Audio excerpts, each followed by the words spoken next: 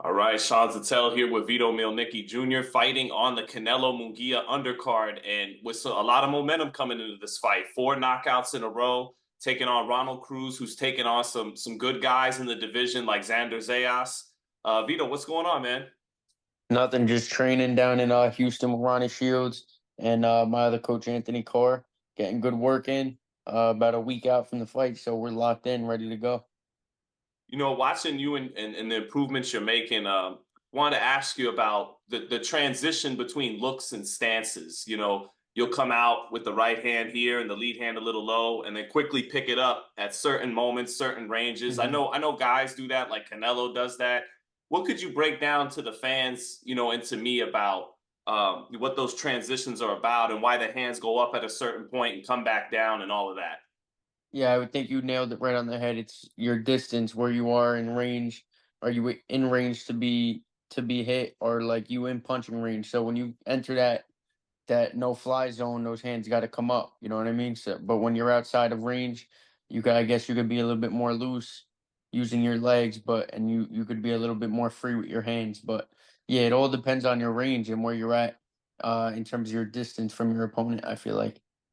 Yeah, because it seemed like a lot of that was made after the Devin Haney Ryan Garcia fight about hand positioning. Yeah, Floyd Mhm. talking about it after the fight. How much has just Ronnie helped with that?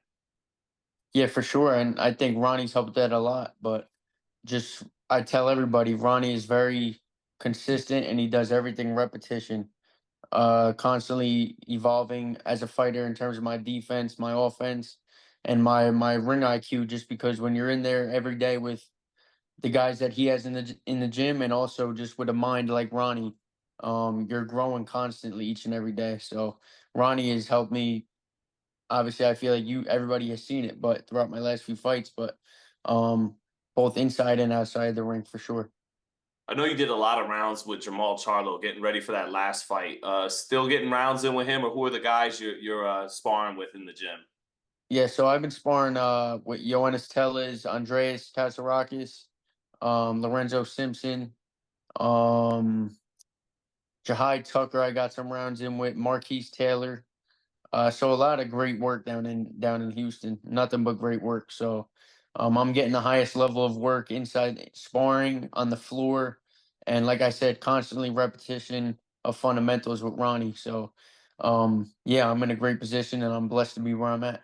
Yeah, I know Truck and Jahai Tucker in their own right are still good prospects coming up too. So yeah, that is real good work. hmm Um, you got 4 knockouts in a row coming into this fight, and then you had Gabe Rosado on one of your last fights was saying he sees you growing into your man strength. How much is that so, man? How much is that in bringing us these knockouts? Yeah, for sure. I think like you said, it's me just growing. Like I turned pro at 17, but I was like an early 17. Like I was in high school, no armpit hair, nothing. So, like, you know what I mean? Like, I was a late bloomer, as you would say, but I feel like myself, I feel definitely I'm getting stronger mentally, physically, emotionally, spiritually. But in there, I'm definitely feel like I'm cracking a little more. I feel it definitely like with all my shots. Like, I feel like they're having more of an effect than what they used to, obviously, because I'm growing. I'm 21 years old, about to be 22.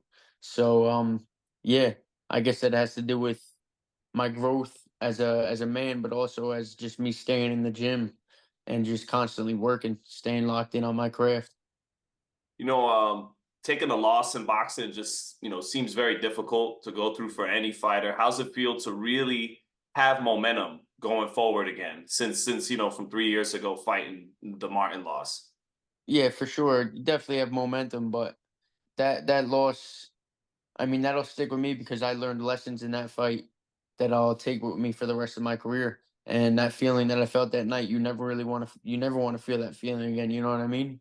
Obviously, losing is a part of boxing, but in the terms that I lost, in terms of not being prepared to my best of my ability, um, that's something that I'll never do again. I'll always come into each fight prepared for like a championship level fight, and because I know every guy that comes in there is dangerous, and yeah, so that loss, I tell everybody, is probably the best thing that could happen to me in my career. But yeah, moving forward, just continue to grow. Is it also a positive in that you didn't get too big headed before it finally came, and you got it out the way early? Yeah, no, for sure, definitely. But more, it just I feel like that lost more like obviously proper preparation prevents poor performance, but also just this boxing, this is a lifestyle. It's you got to live in the gym, not just when you have a fight lined up. You got to stay in the gym. You have to stay working, stay evolving as a fighter. So, but like you said, it happened early on, which is a blessing as well. But yeah, we just want to keep growing, continue to climb the ladder. Was that like a gut check moment? Like, do I really, really, really love this? Do I really, really, really want to do this? It's definitely I mean, I've been doing it since I'm 7. So I know I've known that this is what I want to do, but in moments like that when it's just you, you're alone. I took a red eye home immediately after that, and I was just alone on the plane. It's dark and I'm just all in my head and my thoughts. But there's like you just flip that switch, and I talked to my team that night, and we had the rematch lined up. That was the first thing they asked me, "What do you want to do next?" And I said, "I want the rematch." And for me, I'm a competitor, whatever it is. I don't like losing. That's never been like something that I was okay with. So that was just another step in my journey of where I want to get to. He was a little before your time, but did Pops did he like Arturo Gatti coming out of Jersey, and did he? Yeah. Yeah, for sure. My dad, like I tell everybody, my dad was never like into boxing before I started. Like he was a wrestler, college wrestler, high school wrestler, but he was never really into boxing before I started. But pretty sure we have a signed glove at my house, Mickey Ward and Arturo. But yeah, those fights were crazy. Those fights, I mean, everybody knows those fights. Well, I ask you because he had a loss early in his career, first 10 fights, and then he became two-time world champion. He became the king of New Jersey. Yeah, So for you sure. you take Sounds inspiration a from little familiar, right? that. Yeah, do you take inspiration from that? You could do the same thing. Yeah, definitely. I think that we fight a little differently. Our styles are a little different, but yeah, I mean that path of losing early on and growing into who he became. Obviously, you look up to guys like that and take in what they did and maybe try to implement it into my career. While we're on the topic, Vito, I keep it fair, but it's been a while. It's been since Paulie and before him Arturo. You're gonna come Yeah, true for us. You're gonna give us a world champion, Vito. of You know, course, of course. That's Italian American. You got to get it done. So um, I tell everybody I'm proud, a proud Italian Polish. So yeah, we're gonna bring it home. We're gonna get it done for sure. It's yeah. been a goal of mine since I'm 7 years old, so we gotta get it done. Oh, wanted to get your opponent, man, Ronald Cruz. He went the distance with Xander Zayas. Is that in your mind at all? With that, because Xander's considered one of the very top coming up at 54. To one up him to have a measuring stick kind of fight against him. Do you think about that at all? Yeah, I mean for sure. Me and Xander have a few common opponents on our resume. Um, yeah, but obviously you always want to do something that nobody else has done to a guy. You know what I mean? I don't think Ronald's ever been stopped. Hmm. Um, I know Xander put him down early, but obviously if we get him out of there, we're gonna get him out of there. But I know Ronald, he's gonna come prepared. He's coming to fight. He's coming to win. He's a game opponent, and I'm excited. I'm ready to put on a dominant performance Do you think that's a big fight in the years to come in the pros, you and Xander? for sure. For sure, I see it definitely. Um, I would love that fight. Obviously, me and Xander were actually on the team together, the junior Olympic team. We were actually roommates.